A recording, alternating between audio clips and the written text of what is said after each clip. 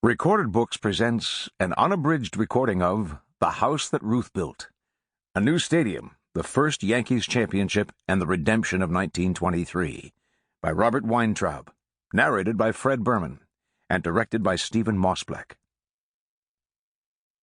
The author opens with the following lines from The Babe Speaks by Grantland Rice, first published in the New York Tribune on October 8, 1923. The scar is still upon my heart from 1922. The blight is still upon my soul for what I failed to do. But now once more the battle cry comes sweeping down the plain, and I come with lifted mace to wipe away the stain. For though I fell as Lucifer in last year's jamboree, they'll find another babe at bat in 1923. And now, The House That Ruth Built.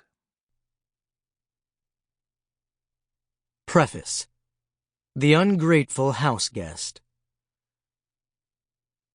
John McGraw never learned to drive.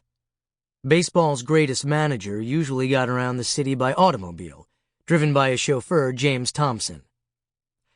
But October 10th, 1923 was a mild Indian summer morning, pushing 60 degrees just before 11, when the leader of the New York Giants stepped onto the sidewalk outside of the Polo Grounds. McGraw's destination was only a short stroll away, 5 or 10 minutes at most, so he waved Thompson away and decided to walk. McGraw's players emerged from the ballpark behind him, hauling the tools of their trade, gloves, bats, spikes, and jumped into a fleet of waiting cabs, 2 or 3 men to a car.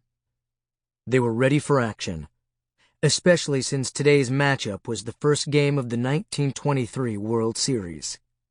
But it wasn't a home game. For the first time in 3 seasons, the Fall Classic wasn't being played entirely on the sporting green of the Polo Grounds. McGraw wore a tailored suit rather than his uniform. All summer he had worn the flannel togs, but come fall, he switched to civvies. He was quite warm as he walked the short, steep distance up to 8th Avenue. The cabs bearing his players sped past. The Polo Grounds sat in Coogan's Hollow, a swale of land under Coogan's Bluff, a ridge overlooking the Harlem River and named for James J. Coogan, the one-time Manhattan Borough president who owned the land until his death in 1915. The park was at the corner of West 155th Street and 8th, putting it on the northeastern edge of Harlem.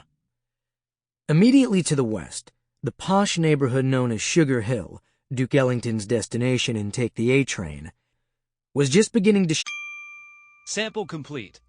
Ready to continue?